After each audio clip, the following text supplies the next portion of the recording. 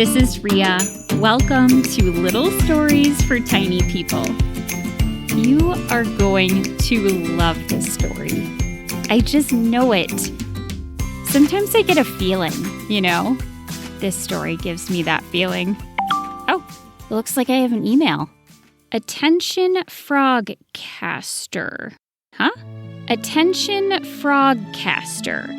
This is a courtesy notice from the Department of Spider and Beetle Home Environment Regulations.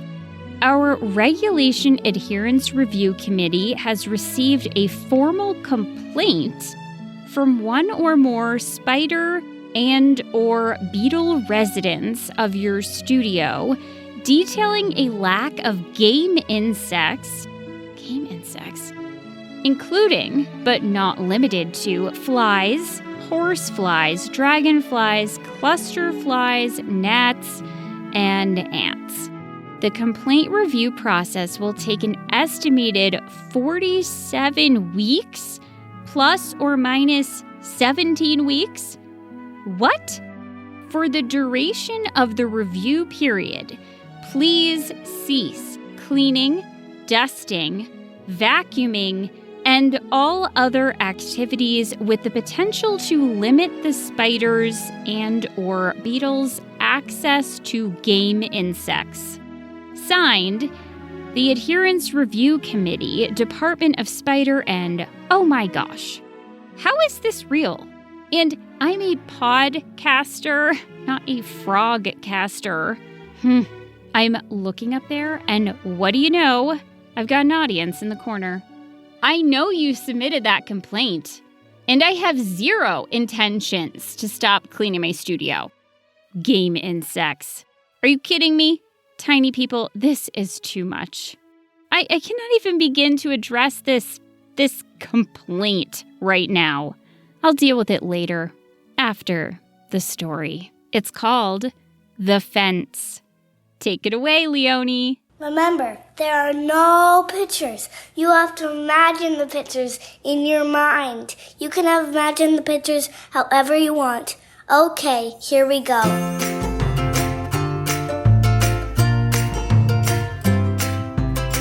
Mr. Felix is a quiet fellow. He lives at the base of an ancient hickory tree. When it rains, he goes inside. When it snows, he goes inside. Mr. Felix has seen many things over his long life. As with anyone who has lived a bit of time, there are things he loves to remember and things he wishes to forget. When a storm is on its way, even miles off, Mr. Felix feels a twinge in his bad knee and knows it's time to leave the forest to more daring animals. If he is slow-moving, as he often is, and gets a glimpse of storm clouds gathering overhead, painful memories darken his thoughts, and he feels an additional twinge in his heart. But when the sun is shining and the birds are singing, Mr. Felix ambles out of his old hickory, stretches himself on the lounge chair he built years ago, the one cushioned with sun-dried dandelion stems, and gazes up at the cotton candy clouds drifting above the forest canopy. On those sweet days, Mr. Felix feels neither nostalgia nor disappointment. He focuses solely on the moment, the now. Yes, Mr. Felix loves his paw-made lounge chair, and he loves his hickory, and he loves his forest. But what he loves most is to be alone. When Mr. Felix is alone, he can simply be. When he is alone, he can be the very same rabbit he was as a child. It is when others are around that Mr. Felix gets growly. He is no longer one with his inner rabbit child. The noise other creatures, especially young creatures, bring grates at him like an unscratchable itch on the surface of his brain. Their bothersome tendencies intrude on his peace, like when they scamper on his stone path, tracking mud from the river that he will have to find time to scrape off, or when they disturb the roots of his ancient hickory with their dance parties and their frolicking. When others are around, Mr. Felix feels himself transform into a grumpy old rabbit. A get-off-my-lawn old rabbit. Unfortunately, that version of Mr. Felix, the grumpy old get-off-my-lawn version, is the only version of Mr. Felix that anyone in the forest knows. Quit your frolicking! Who damaged this root? Urgh! The animals on the receiving end of Mr. Felix's outbursts always freeze mid-frolic. They suddenly appear much younger than they had moments earlier. Their eyes expand, their noses quiver, and then they scamper away. It always makes Mr. Felix even angrier to see their hurt faces, as if he's some monster for not wanting them to gallivant near his hickory. Once, years ago, Mr. Felix's mother visited from across the forest. She took a wrong turn and asked several creatures for help in finding her son. But even though she described him the way only a mother could, he was always a helpful bunny, loyal and true, with the smoothest whiskers you could ever see. Older rabbits used to stop and comment on his smooth whiskers. Not one creature had the faintest idea who she was talking about. Sorry, doesn't ring a bell. I don't think I know a rabbit with that description. I know a Mr. Felix, but he's nothing like what you're describing. We all steer clear of him. None of them could imagine Mr. Felix as a young rabbit with whiskers so smooth they'd draw remarks from passers-by. Mr. Felix was old, and must have always been old. The idea of him being a baby, even long ago, was inconceivable. Mr. Felix's poor mother had to wait for her son's scent to waft to her on the breeze in order to make it to his tree step. Yes, everyone in the forest has learned to stay well away from Mr. Felix. Well, nearly everyone. Good morning, Mr. Felix. How is your day going so far? Did you hear the birds just now? Gosh, they are beautiful, aren't they? We learned bird call identification last week in Mole Scouts. It's Marcus. Marcus never forgets to say hello.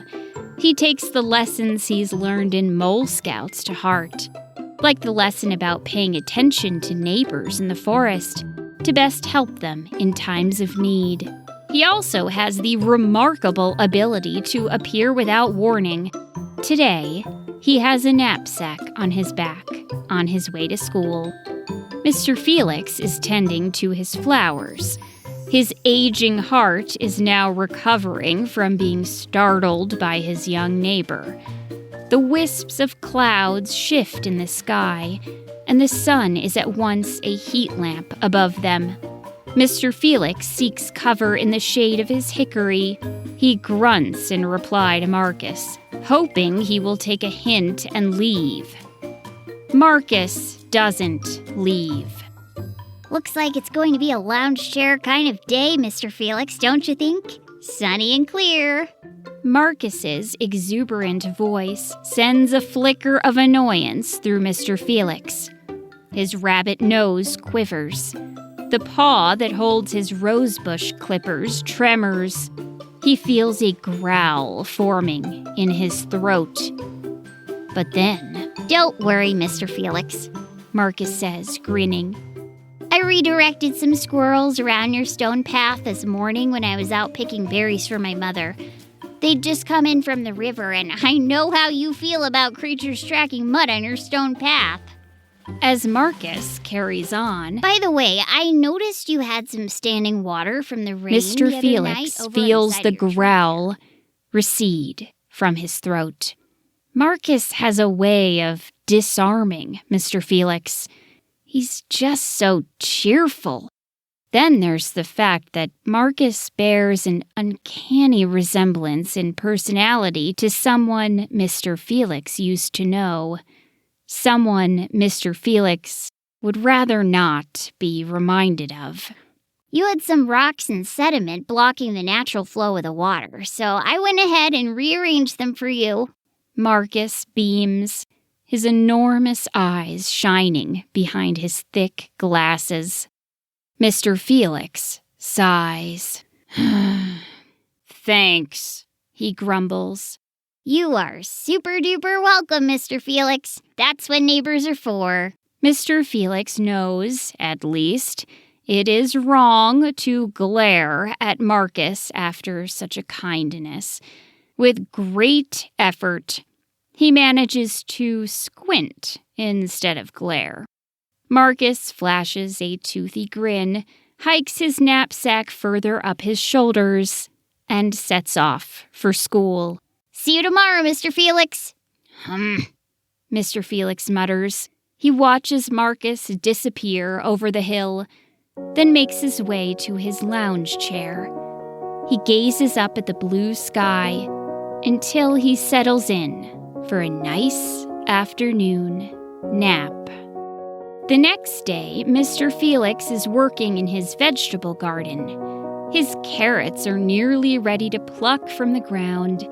He pats the earth around them, gently coaxing them to sweeten themselves in these last few. Good morning, Mr. Felix. Mr. Felix hops into the air at the sound, startled out of his reverie. His aging knees are rusty, creaking. He winces once he's back on the ground. He glares at Marcus. Wow, Mr. Felix, your carrots are looking beautiful. I don't think I've ever seen carrot greens so green before. Looks like they're about ready to pick. We'll be learning gardening skills in Mole Scouts next week. I can't wait.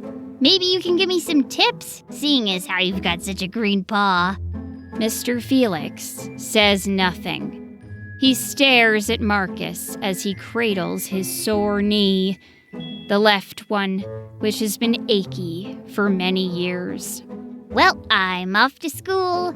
Have a fantastic day, Mr. Felix. And don't hesitate to let me know if you need help harvesting those beauties. Mr. Felix mutters.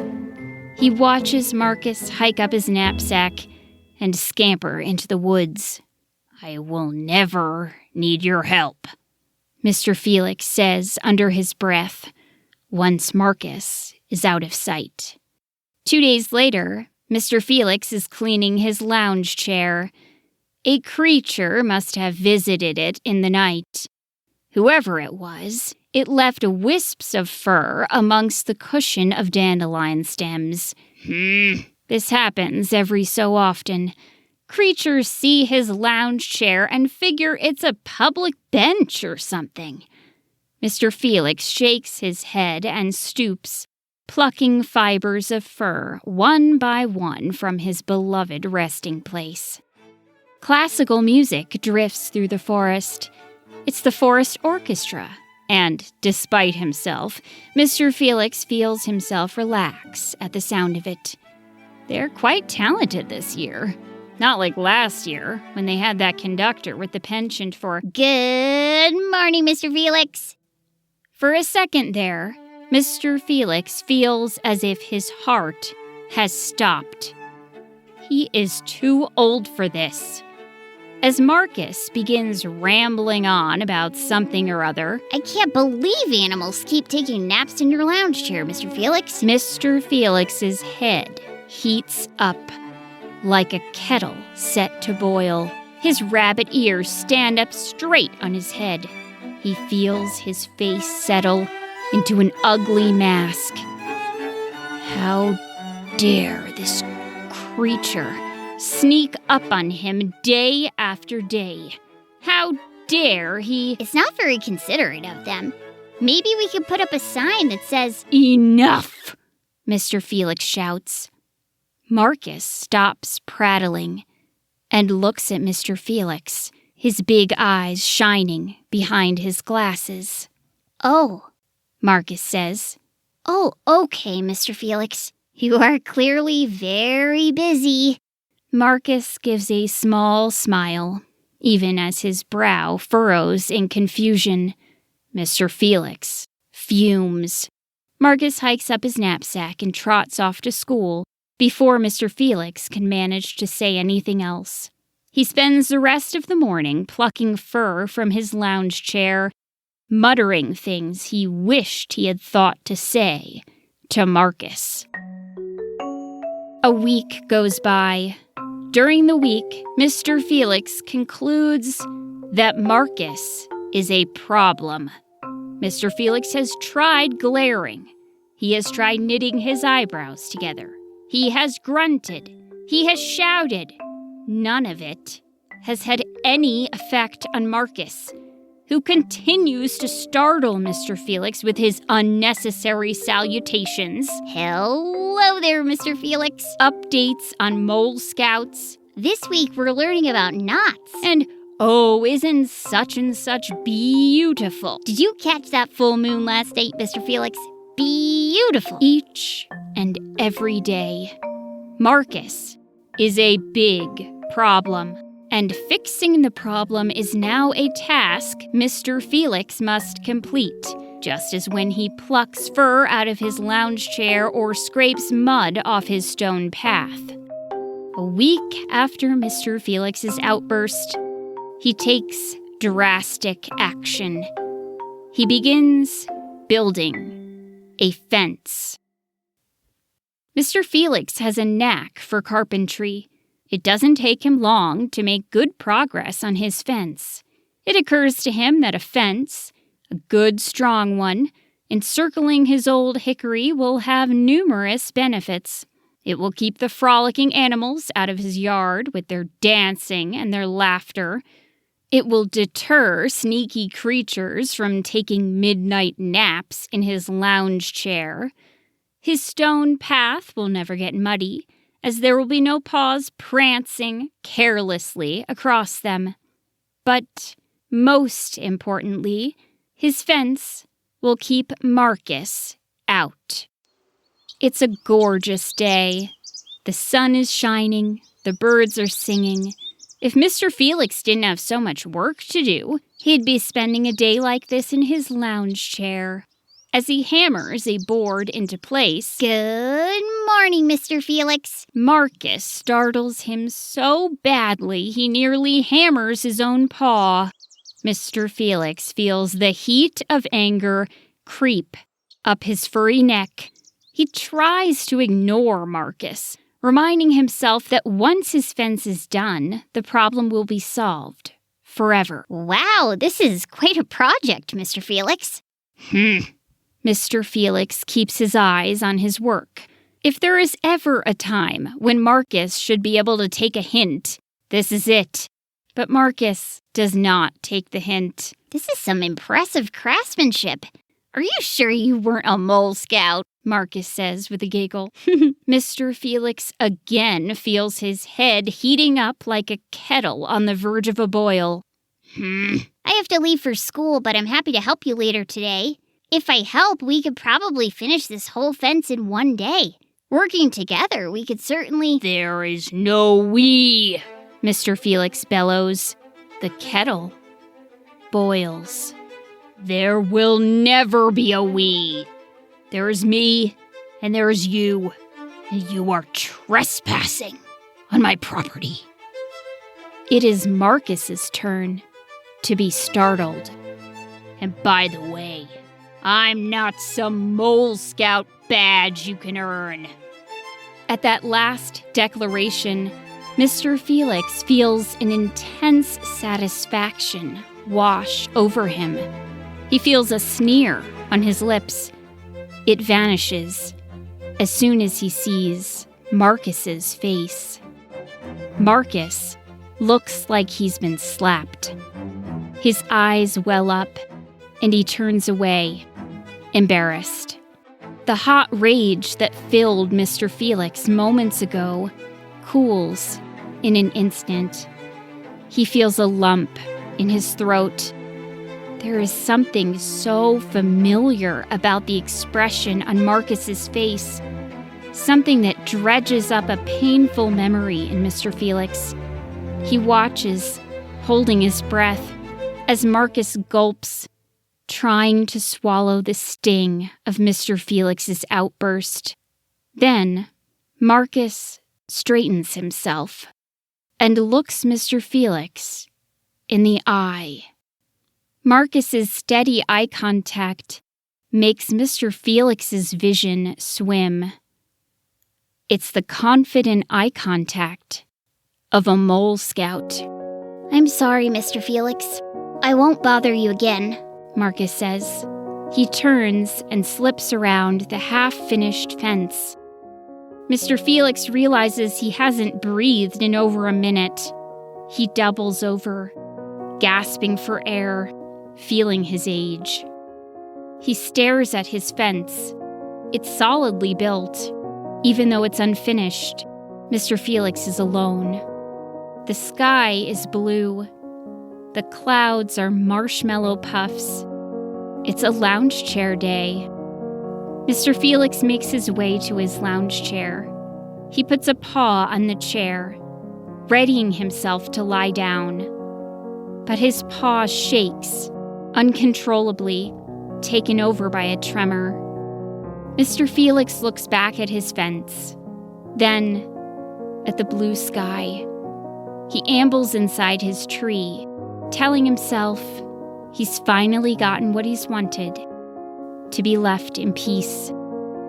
The next day, Mr. Felix completes the fence. It has a single gate, which he locks. Marcus does not stop by. Weeks pass. The forest is alive with autumn preparations. There are harvest festivals, dance parties. The forest is the stage on which countless comedies and tragedies play out. But inside Mr. Felix's fence, there is quiet. There are no paw prints on Mr. Felix's stone pathway. There is no more troublesome gallivanting. There are no more shenanigans. There is no more Marcus. Mr. Felix's outburst was harsh, but it did its job, he tells himself. It saved them both a lot of wasted time, he tells himself. He tells himself a lot of things these days, as there is no one else to tell.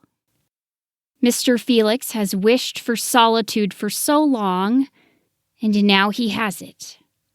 And yet, sometimes, he peeks through the fence.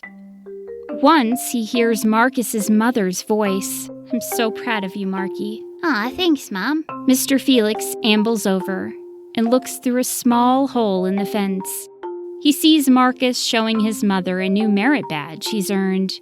Mr. Felix feels something swell in his chest. Must be heartburn, he mutters. He wipes away the mist that's gathered in his eyes and returns to his lounge chair. On a weekend morning, in late fall, Mr. Felix is in his yard, raking leaves. The sky is gray. Mr. Felix feels a twinge in his bad knee. He ignores it as he finishes his task. He hears Marcus's family talking outside their tree. We'll be back by 6. And Marky? Yes, Mom. Make sure you feed Norman. He's been so lethargic lately. Yes, Mom. And Marky? Yes, Dad? Don't wander too far from the tree. Yes, Dad. They say their goodbyes, and Mr. Felix hears Marcus's parents scamper into the woods. He hears Marcus rustling around, probably practicing knot tying or something. Eventually, Mr. Felix finishes raking.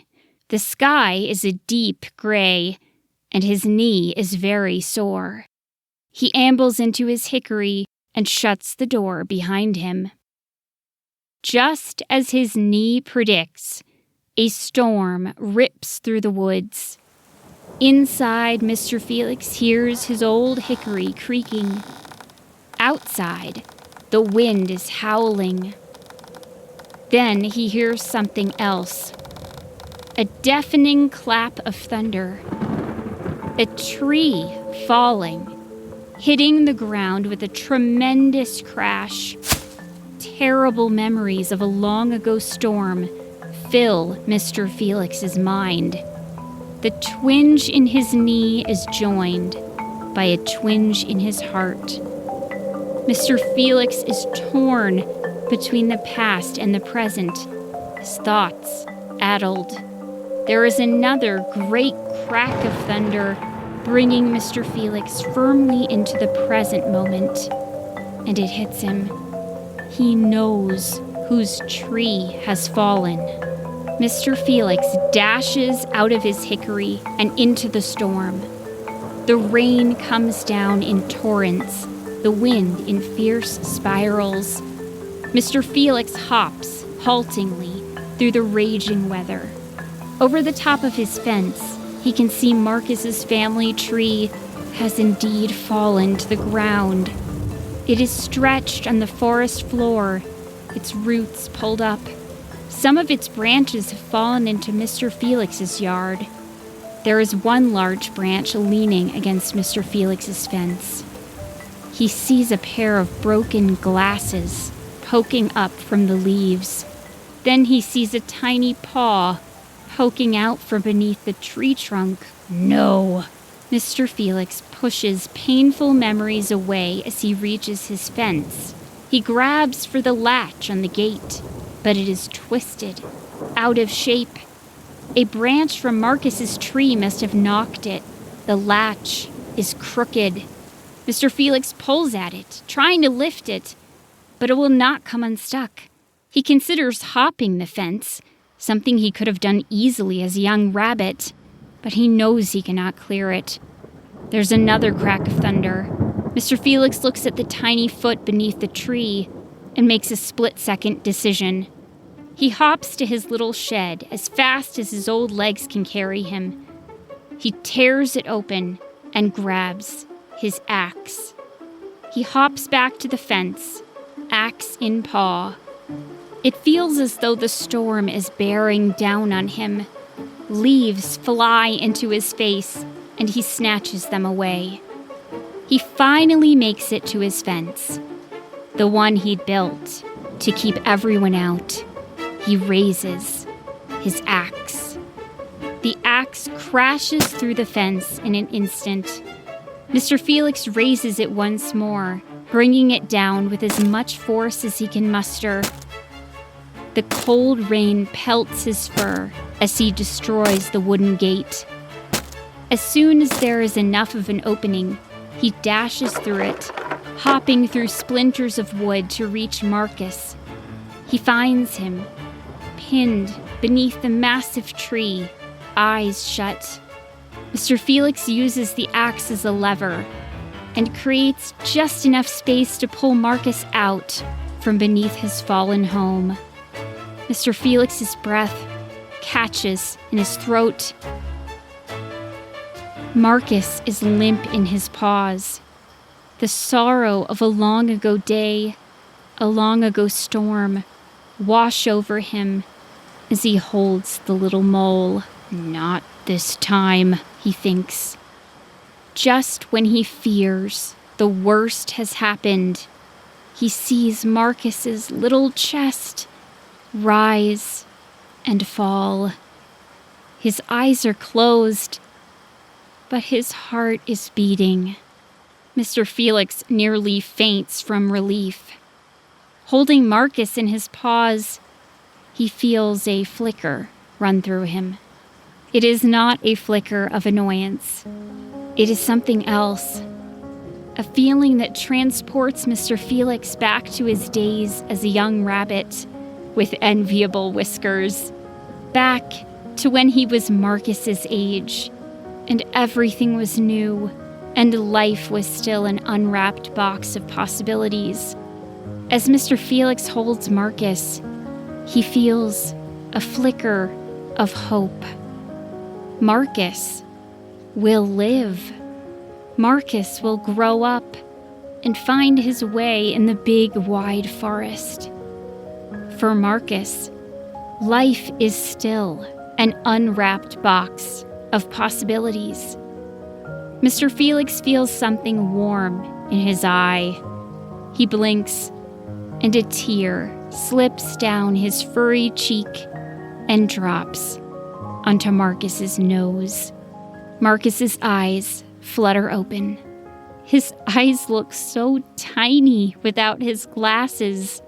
Marcus sets his unfocused gaze on the gray sky, and then he shifts it to Mr. Felix.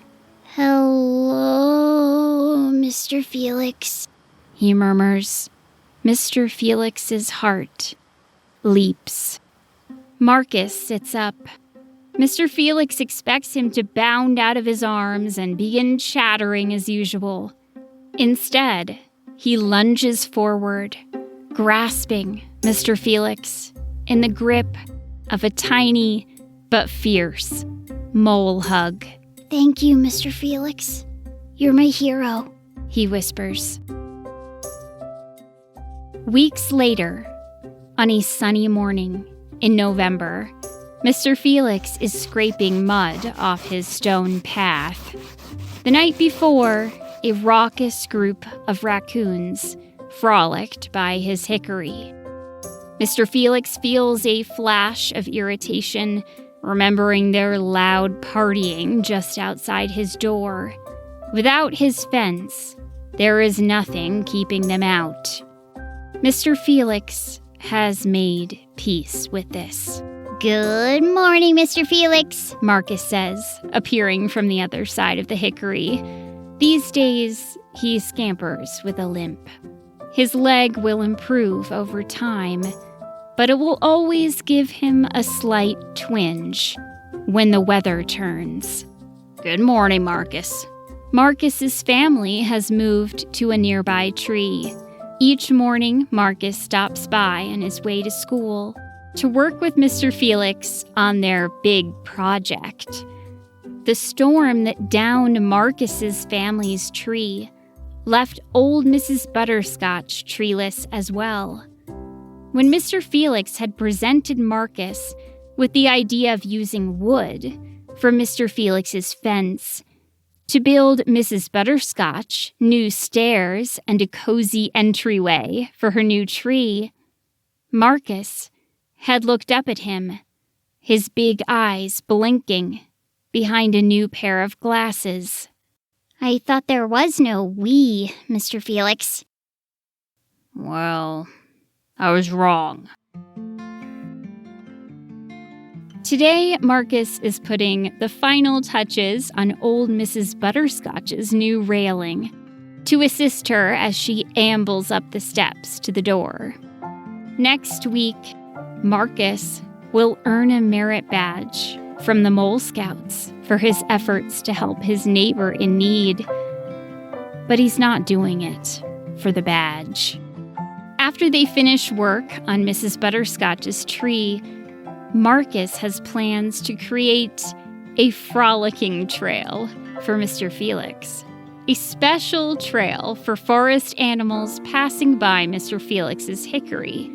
It will travel well around his stone path. Marcus, having learned more about his gruff but lovable neighbor, plans not to startle but to gently surprise Mr. Felix with it in a few weeks.